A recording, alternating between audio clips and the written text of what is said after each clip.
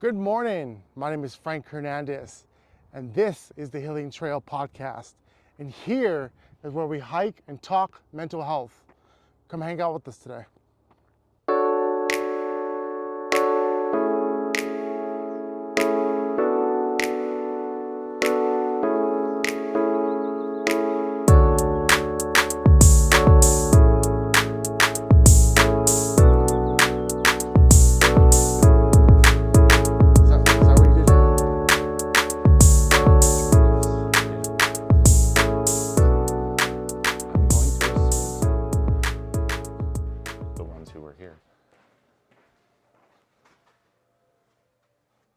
Wildlife sightings.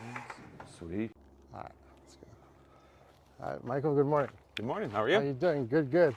Thank you for joining me today. Yeah. I know I've said that before we hit the record button, but this is my first time being here, so this is at some point, at some degree, forging a memory. Okay. So, good morning. Michael, introduce yourself. My name is Michael. Last name Swett, although my teachers used to mess up and call me Michael Sweet. I'll go with that one too. Sweet. Currently primary therapist at a residential site, Cornerstone Healing Center. Been working, in the behavioral health field for 15-ish years, Wow. depending on what position. If you want to include my bartending therapy experience, then we can go to like 20 to 25 years. Yeah. Is there, I can imagine there's a lot of bartending, there's a lot of therapy going on in a bar. Yes. Yeah. Yeah. I routinely basically tell people your rapport with your therapist is kind of like the number one thing. So that doesn't matter if you're a bartender or if they're a PhD level. Like, you got to trust the person that you're talking to. So yeah, I've given more therapy as a bartender than I have as a master's level. What does not trusting your therapist mean? People love to not trust.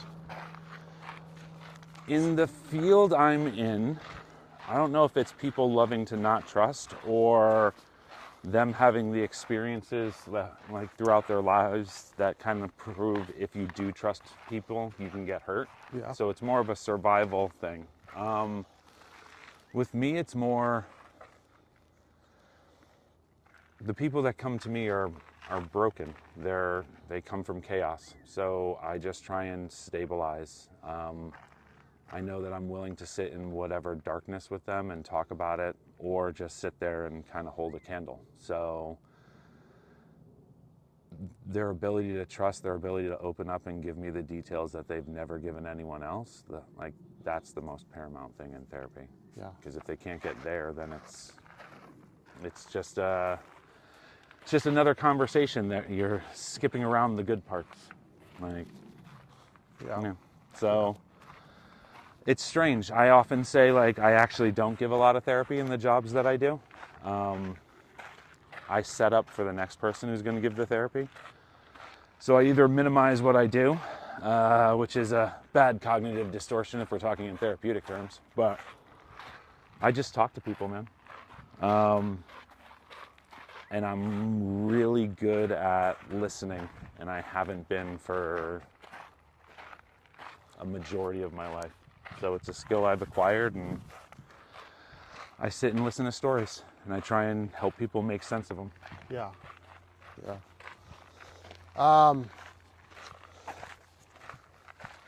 What drives you?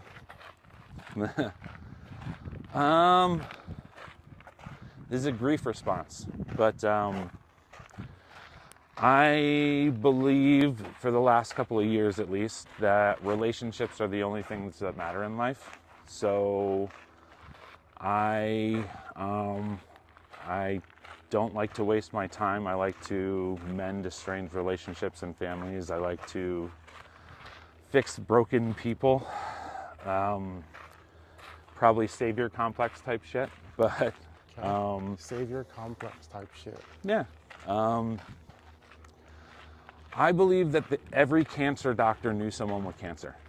So if you really ask a bunch of people in behavioral health why they're doing what they're doing, they either have direct links to mental health or substance abuse, or they have someone they love that had direct links to mental health or substance abuse. Yeah. There's no other reason to do this. Yeah. Because this job will grind you to nothing eventually. Yeah. So, Yeah.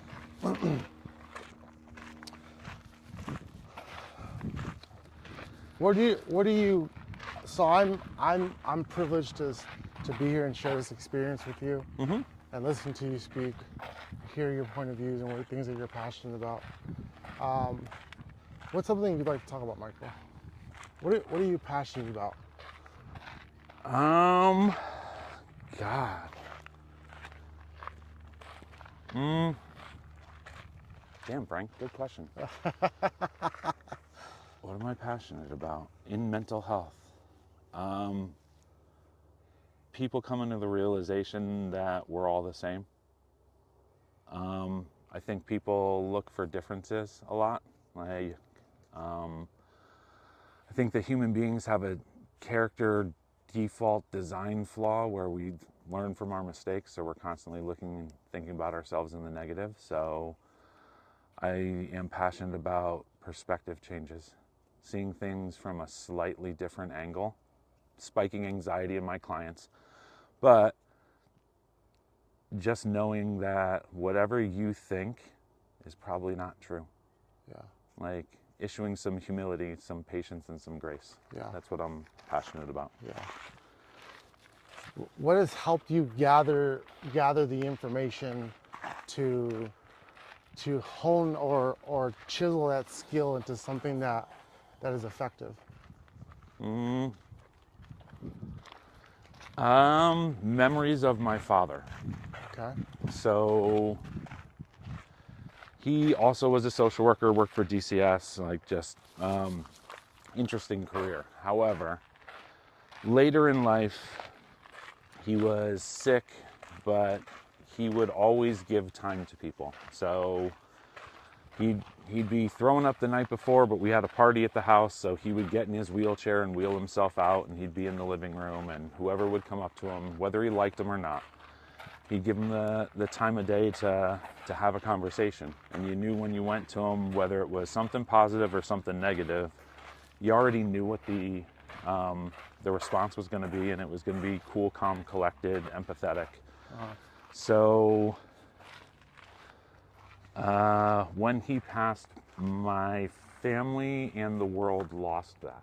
So I'm recreating it. Yeah. That giving time to people. Yeah. Yeah. I can always make more money. I've never given a shit about money, Frank. As long as my bills are paid, I'll give every last cent I have. I will strip my clothes down and give it to a homeless person and walk out of here naked, as long as I'm not going to jail for that shit. I don't care whatsoever. I care about not wasting my time. It's the only commodity I can't get back. Yeah. And I could be wrong about this shit, right? But I believe that the purpose of life is relationships. And again, with humility, if I'm wrong, I don't give a shit. It's provided me for the first time solace. Yeah. And I haven't had it for 40 plus years. So I'm just going to keep rebuilding families. Yeah. Well, Michael, I value your time. I greatly appreciate you spending this morning with me on a Saturday. Yeah. You're a father. So I'm in some ways taking time away from your kids. So I value this extremely. Yeah, but you're providing me mental health respite right now, bro. So I'm all right with this. My wife, however, I'm going to pay dearly for this shit later. But she's the one that put it on the shared calendar, so. Good. What's your wife's name? Do you mind telling? Paige. Paige, thank you, Paige, for this. Paige, this is a blessing. Thank you, thank you, thank you. And if you ever need your grass cut, I can volunteer my time too as well. If you guys have grass. We don't. So you are volunteering for the right fucking job. Are we going the right way? Yes. go this way. Maybe not. There's a little trail over here. All Are we right. allowed to go over here? Trail jumping. Yes, we are. Wait. Nope, this is not a trail. It says please stay on trail.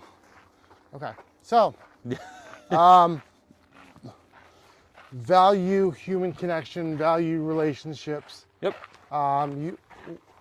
What's to be gained from placing value on relationships? Why are relationships important? I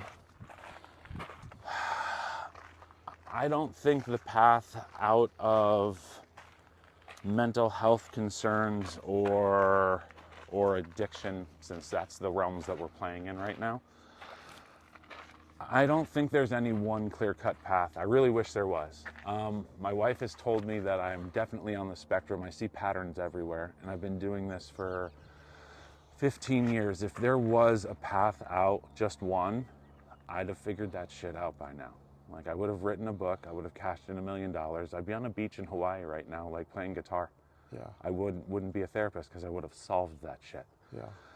So to me, the only thing that comes close, I do a coping skills list on the board, positive, negative, we write it down.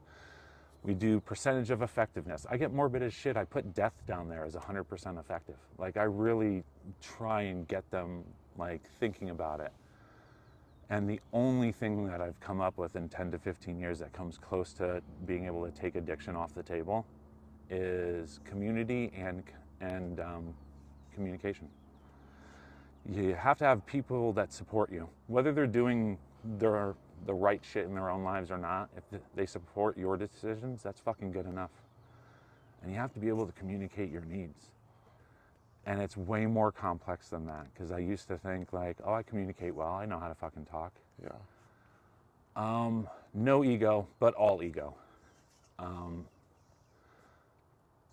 One-on-one individual sessions, I might be the best communicator on the fucking planet. Hell yeah. Like, I monitor tone of voice, audible breath, rate of speech, like I'm eye contact, I'm body movements, I'm monitoring 12 different factors every single fucking word that I say. Communication is way more complex than people give it credit to, because it's not only figuring out what the fuck I need, but it's figuring out how you're going to hear that. Like, Or how I'm going to say it. yeah, like so that you hear it, because I'm going to have to modify my topic maybe 2 or 3 slightly different ways for a group of 8 people. If I'm talking to you, if we're partners, if we're conflict resolution, if we're just talking, I need to know how Frank hears shit. I need to know, like, is he going to be, it's like the 5 love languages, which is accurate, but it was thrown in our faces and thrown down our throat. But it's, at the core of it, it's fucking true. Like, the way you love is not the way you like to receive love. The way you talk and the way you understand things maybe isn't the way that another person's gonna be able to say the same thing to. Like, it's so fucking complex, it's so individualistic, and every mental health plan and every substance abuse plan has to be that individualized. Like, everything has to be tailor-made. Yeah. So, I don't even know. I was following a shiny conversation ball right there. What was the original fucking question, Frank? It doesn't matter. I have a question for you. Is this the entire trail right here? Yeah, so this is the entire trail. So this circles back. Circle? Okay. All right, cool. Thanks, you. All right. So, the shiny. It doesn't matter what the shiny ball was. I got lost in your answer, because you love to love a certain way does not mean you love to be loved. Mm-hmm. Because you are able to love someone a certain way does not mean you're able to be. Does not mean you want to be loved. Nope. The same way you give love. It goes like this. I never considered that.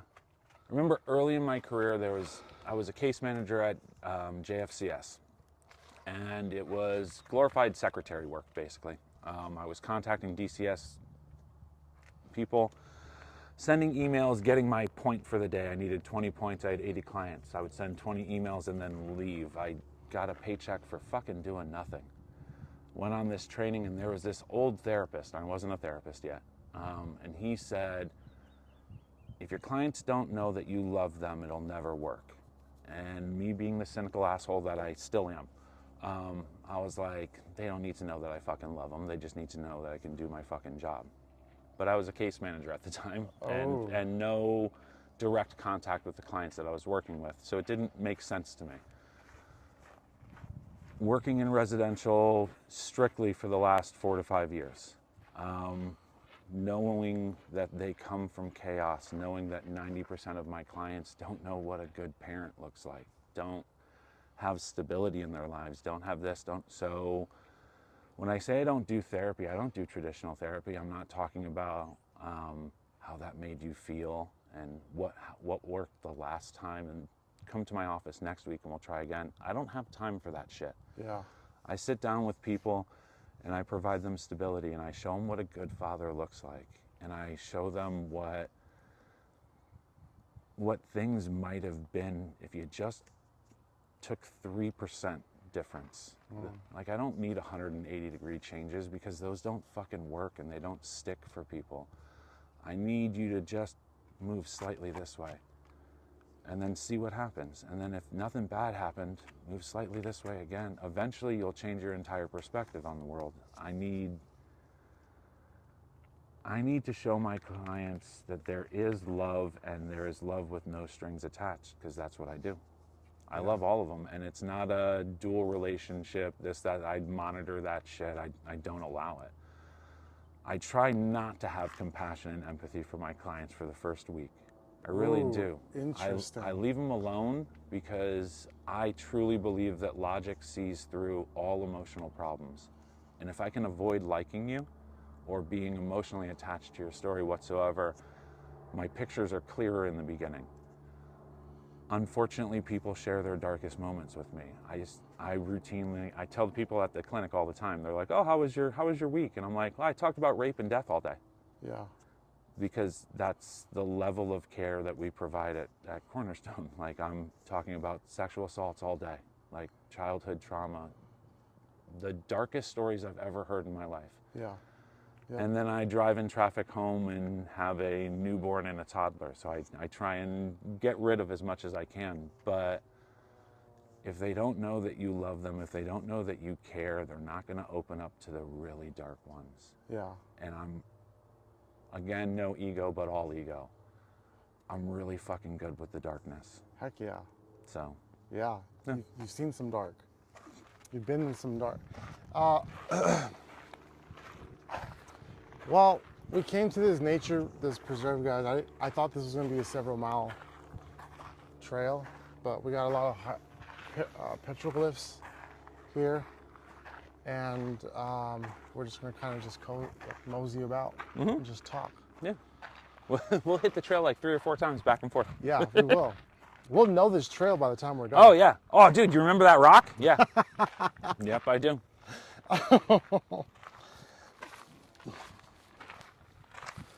Logic trumps emotion. Does it? I mean,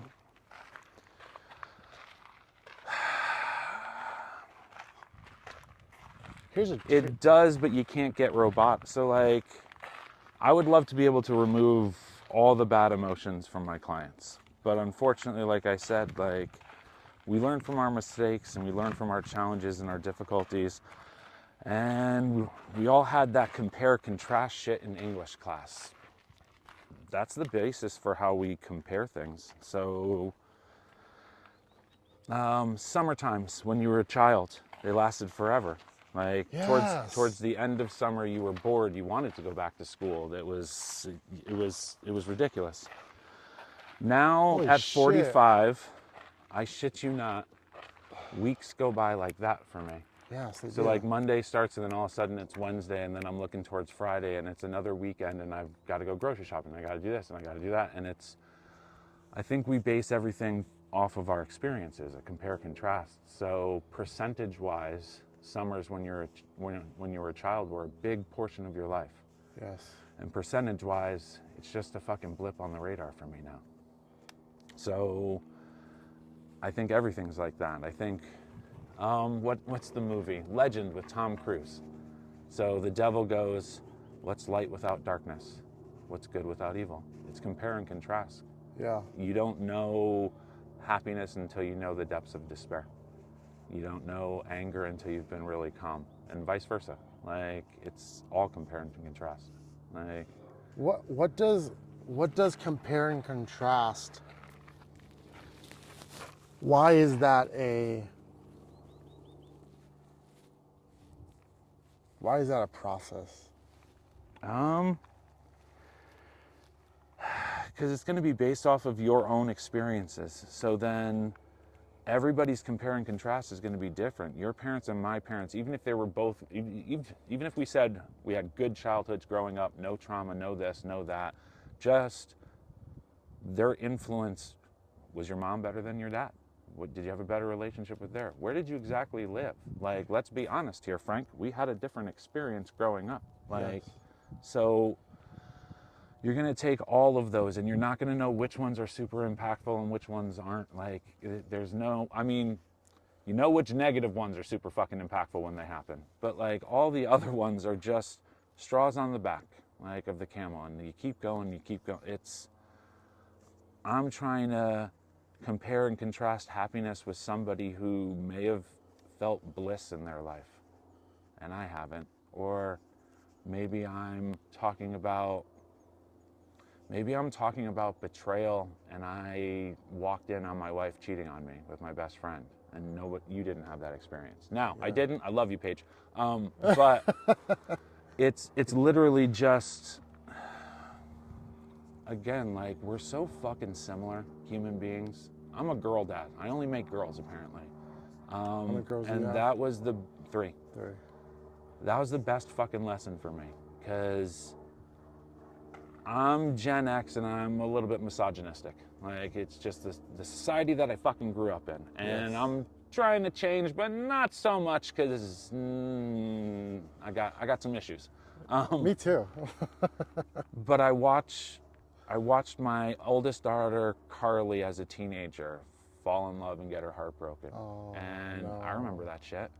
Yes. And I'm watching her struggle now, young 20s. And I mean, just normal, like, adult shit, but I remember that shit. Yeah. Like, I know what it's like to want to feel appreciated, to want to know that you're doing a good, like, this is the only universal I know. Every human being wants to feel love. Every human being wants to feel like what they do fucking matters. Every human being would, not everyone, a high percentage of human beings would give everything that they could to save the ones that they love the most. Yeah. So if we live in that world of similarities, it'd be a lot fucking nicer. Yeah. That's all. Yeah. Then we can get into conspiracy theories about how it's just the rich versus the poor anyways, and just to let you know, we're all in the fucking poor category. But yeah, we're the fucking same. Like, there's cultural differences, there's gender differences, there's sexuality differences, there's this, there's that, like, but we all want the same fucking thing. Like, if we calm down a little bit, like, universally. Just relax, calm down.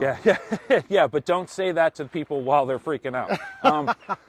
But like, just generally speaking, if everybody took a big fucking breath and a deep sigh and realized, like, we're on a fucking big blue ball. Enjoy the goddamn ball while you have the chance. Yeah.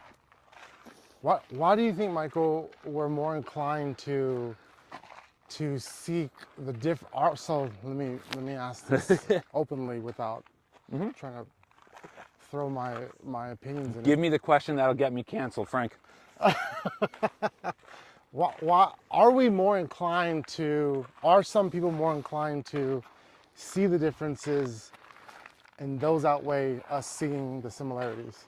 Yeah, I think, again, I think it's the basic human design flaw, that we're looking for challenges and we're looking for difficulties, not because we're a depressed species and we just want to ruminate about shit and like feel bad about ourselves. Like, it's how we learn. Like, when you accomplish a task, you're just like, oh, I'm capable of doing that. Like, but you don't learn anything about yourself. When you fail at something, you have to get analytical. Why did I mess this up? Was I not mentally prepared? Was I not physically prepared? Was I not this? Was I not that? So you have to change. You have to adapt. You have to fucking grow.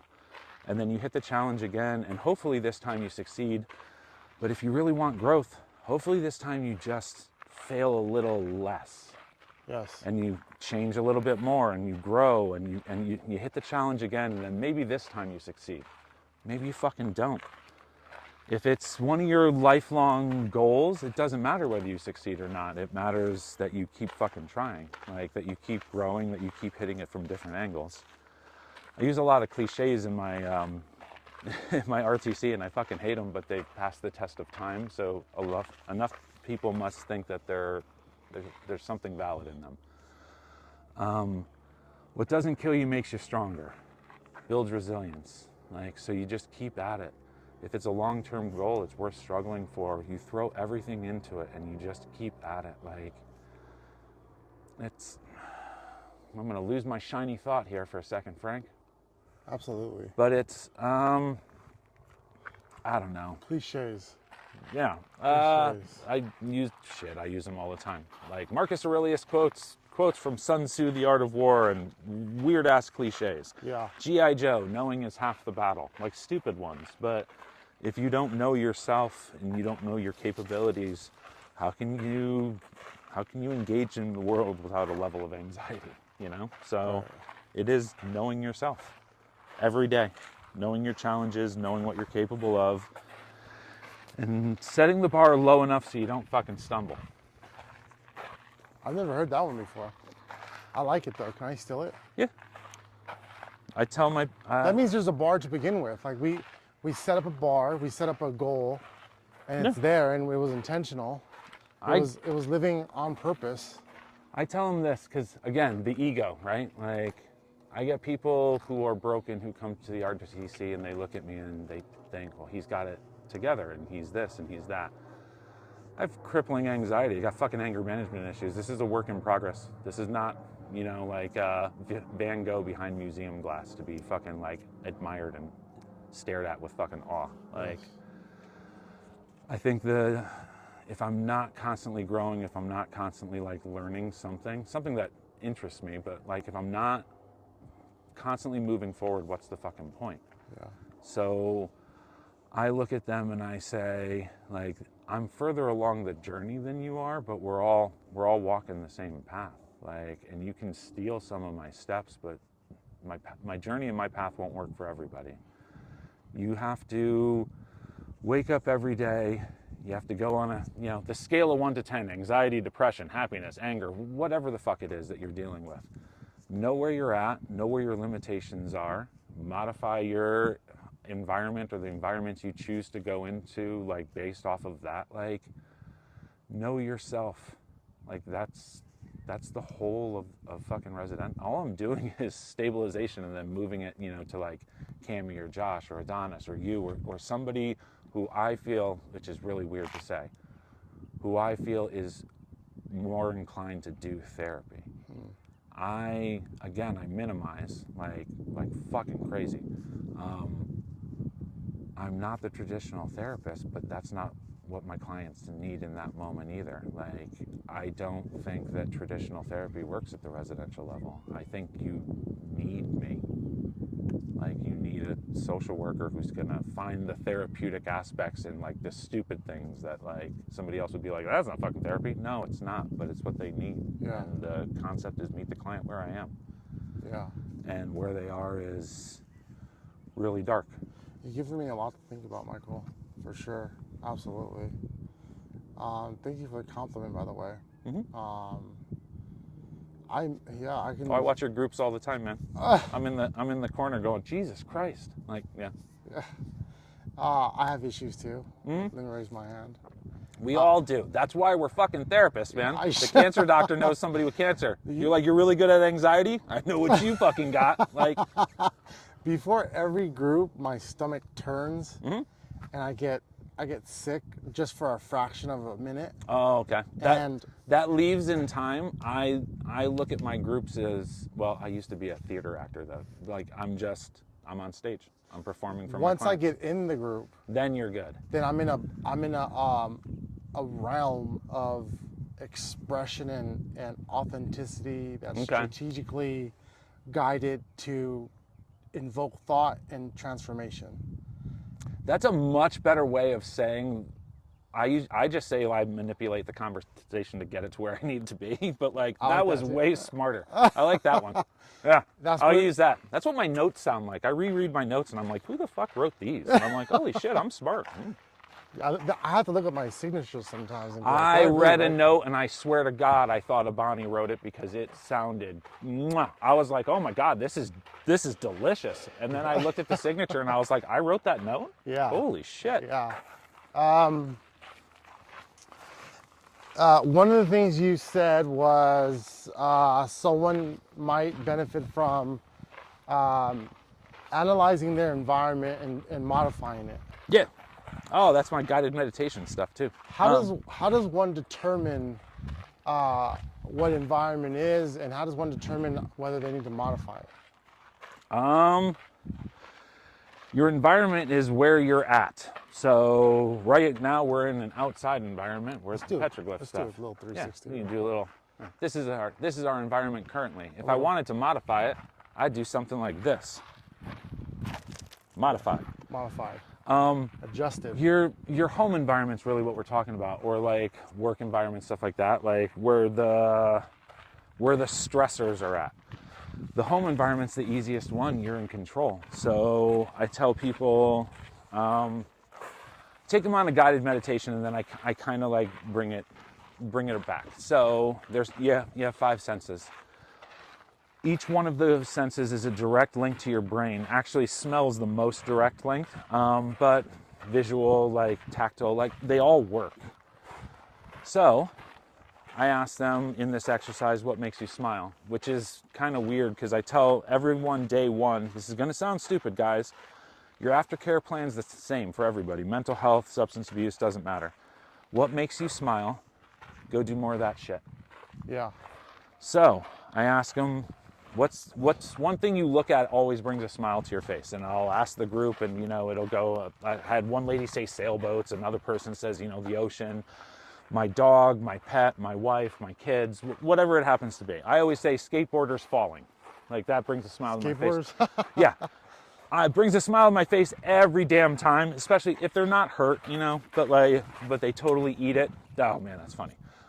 So when you walk home or when you open that front door, the first thing you fucking see should be the thing that makes you smile.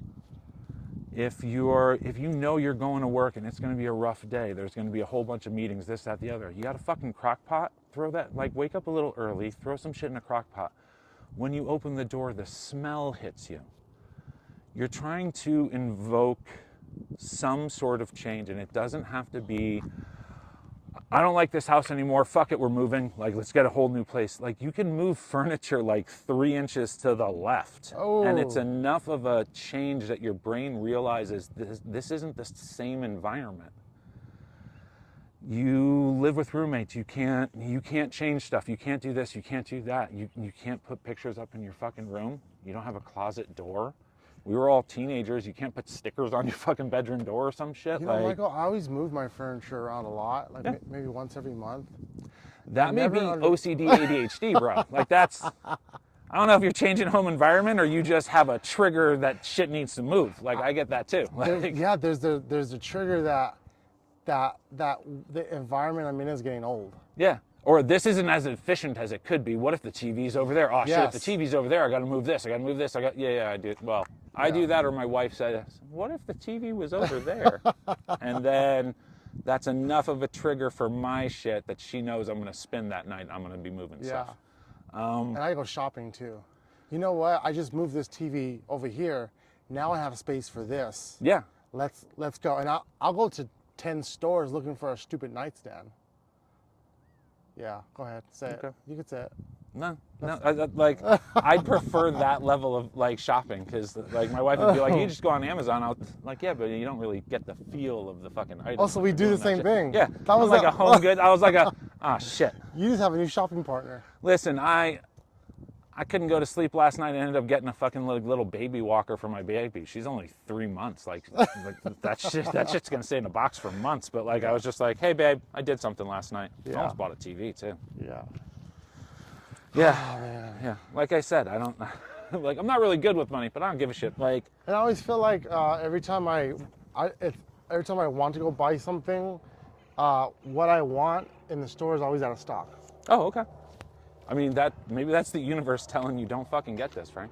Yeah. Like, You think I listen to the I universe? really need this. No, you don't. I'm gonna go to another store. Hell yes. Like, yeah. It's a gift and a curse. Mm-hmm. I'm still trying to figure out the gift part though. There's a nice little sitting area over here. You want to sit for a couple minutes? Sure. Okay. I was eyeballing this little area over here when I was parking. It's like a little peaceful place to sit and have a conversation. Let's see, what else? What else? Sit right here. Where should we sit, Mike? Over here? Sure. Next to this beautiful tree.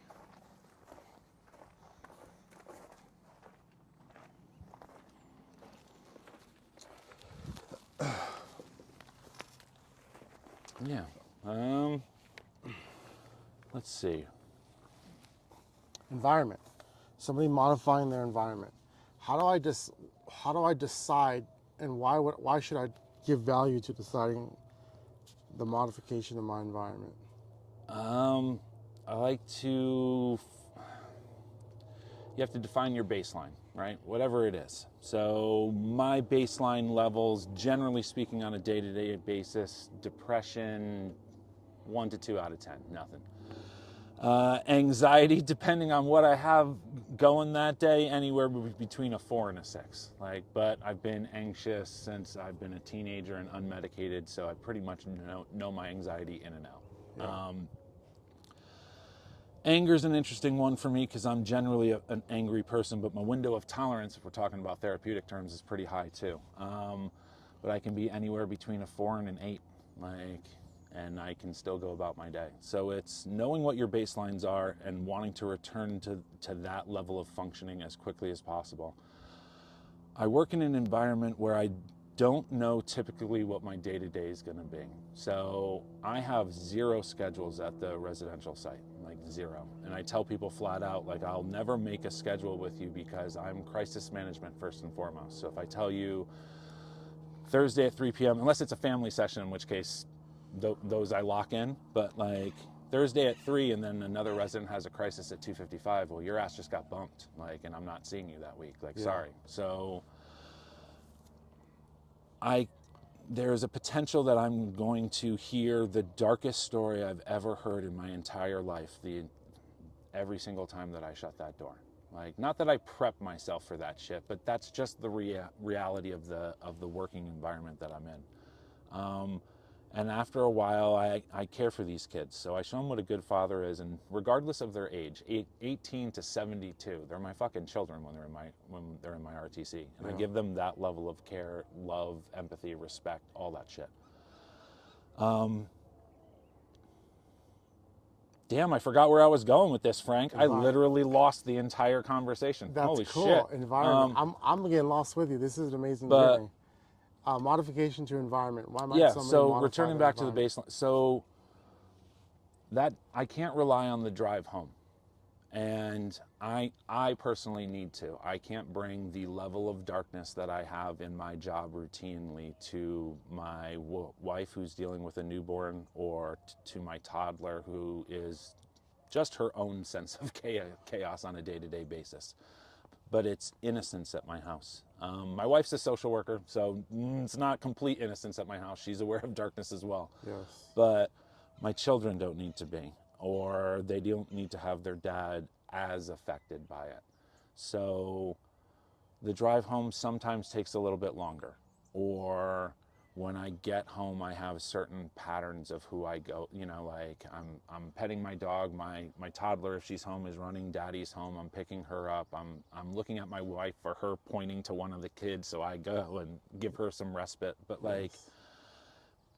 that pattern, or my new act of gratitude in the morning, those kind of things are what bring me back to my baseline, so that I can engage with my family in a meaningful way, and that what I do in my professional life, which is just as meaningful for me personally, I keep that separation between church and state, my work-life balance. And that's when I was hired on. all of the people that I interviewed with, because I interviewed for multiple positions apparently at this company, like every single person knows like how I value my clients, my code of ethics as a social worker, and the one that I adhere to the most, client self-determination and treatment. But I will battle for my clients. I don't give a shit about the money, and my work-life balance I will defend with my job. So in this field, and I love Cornerstone Healing, by the way. Please, please, please, Marcus, don't take this the wrong way. I have 3 job offers sitting in my inbox at all times. Like, do I ever want to be a prison therapist? God, no. Yeah. God, no. But it's triple the money. So maybe, but no. Yeah. I value when I can cut away from my job, it is just for my family. And when I cut away from my family, it's just for my job. Like, and it's the only way that I can operate in those 2 realms.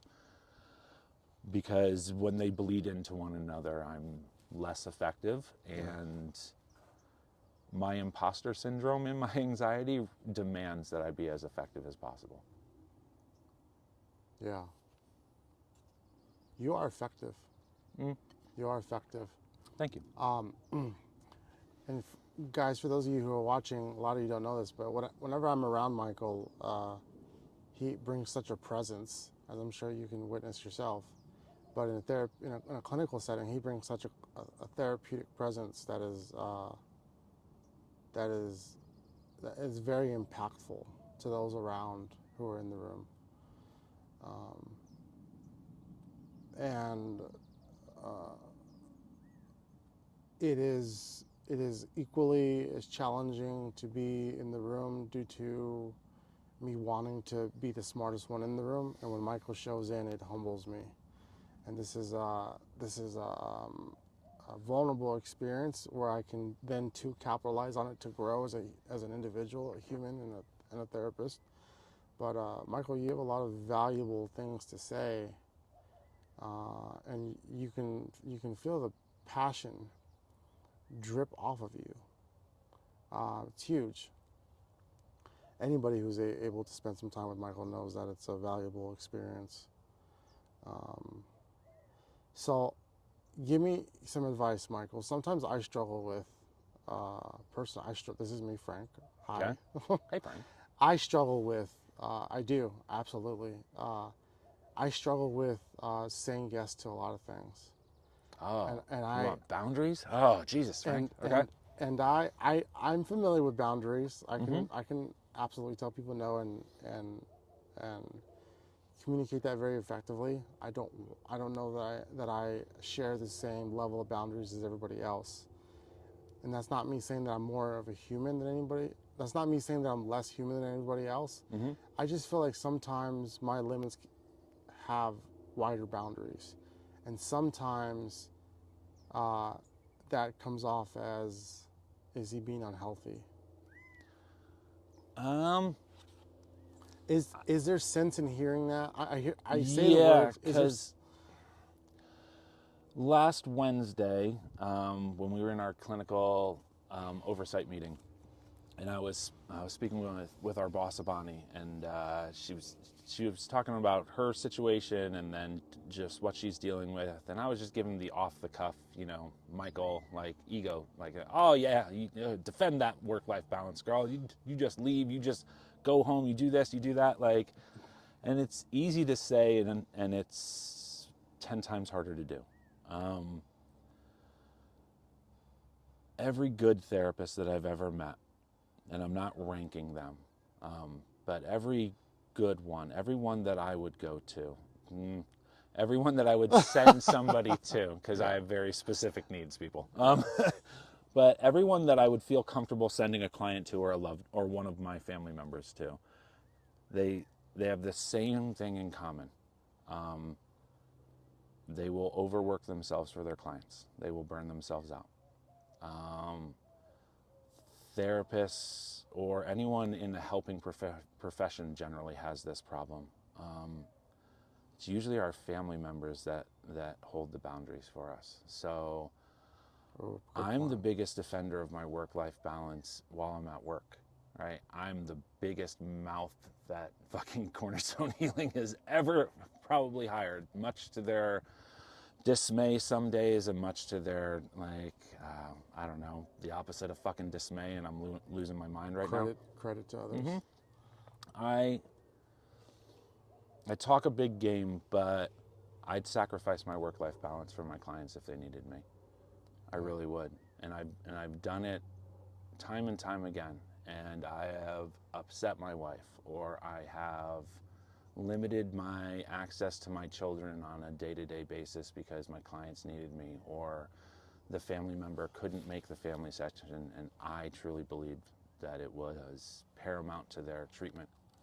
So I stay a couple extra hours. Or there are situations where it can't be helped whatsoever. I had to call crisis one day. Luckily, I met my wife in Masters, so I texted her and I was like, I got to call crisis on somebody, and she texted back, see you tomorrow. Like, so at least there's a little bit of give and take.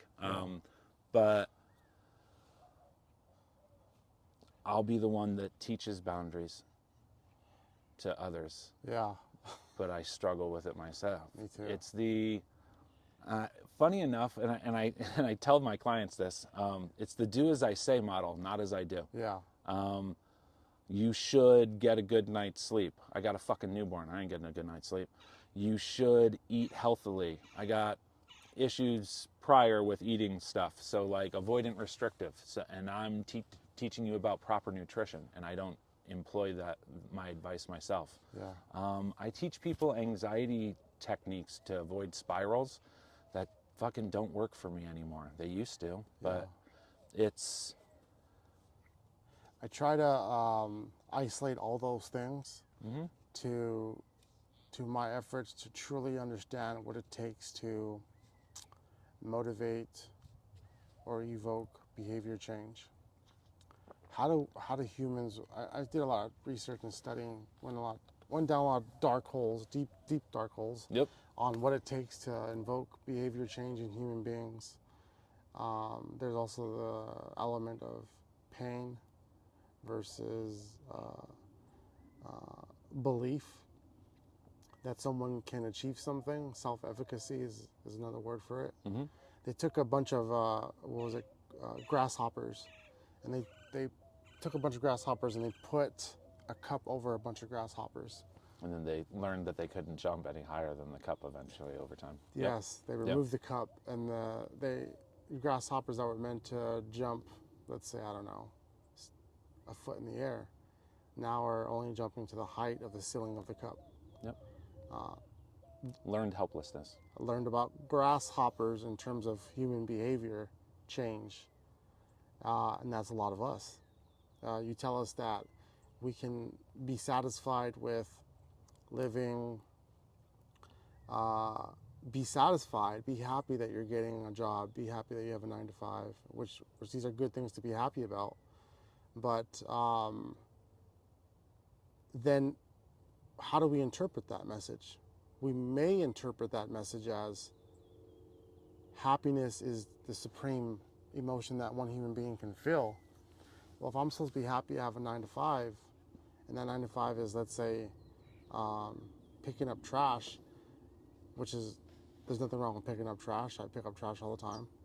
But the message that we may receive is happiness equals 9 to 5. I think the only cliche that I hate that you're spiking right now is the pursuit of happiness. Okay. I think it's the dumbest thing ever. I agree with you. I'm a therapist and I don't fucking like emotions at all. I think they're gross. Yuck. Emotions are fleeting. They come and they go. So if your goal is an emotion, I believe you're doing it wrong. Again, though, I am filled with humility. I could be wrong.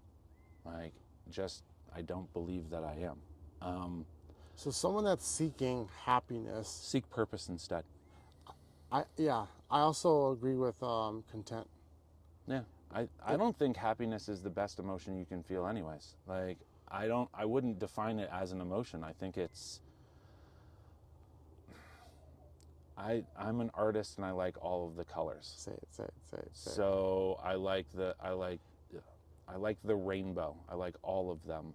I like the compare and contrast of the shit. I don't want to just be happy, because then I'm gonna lose that intensity over time. If that's the only thing I'm feeling, eventually happiness is just normal. It's exhausting. If you've been sitting in grief for a while, it eventually becomes normal. Yeah, it's just exhausting. The real emotions are seasons, seasoning for your life, right? And I want to make the best dish possible. I have to use varied seasonings. Like, I can't just go heavy on the salt. That's not going to be fucking tasty. Yes. I can't go heavy on the I've got to season in a variety. So taste the rainbow, motherfuckers. Like, you got, like, you know, like, it's not just, don't just lick red because happiness. Like, dance in all of the colors. Like, I love that. but yeah. Yes. Michael, I agree with you. And I love it. This is good information. I'd love if you didn't and we could fucking debate, Frank.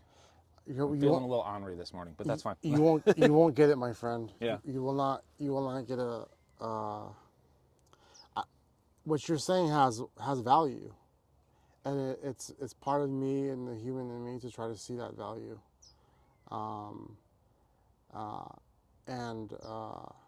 You know, I'd probably win the argument anyway. Michael, what are some final thoughts? Coming from someone who should have never been a therapist, male, Gen X, mental health issues, just shouldn't have occurred, mathematically speaking. I don't like emotions. I think logic is the way to go, but, like, boy, would that be boring and flavorless. Start looking for fucking similarities instead of differences.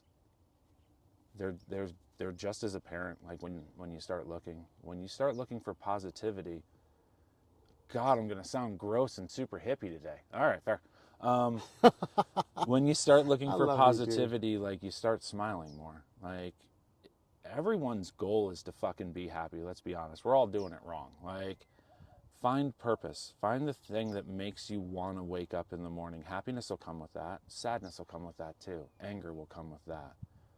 But that's the depth of life. Like, get into the deep end, because that's where the fun shit happens. Like, stop wading in the shallows. Get over yourself. And if you're hurt, find someone you can talk to.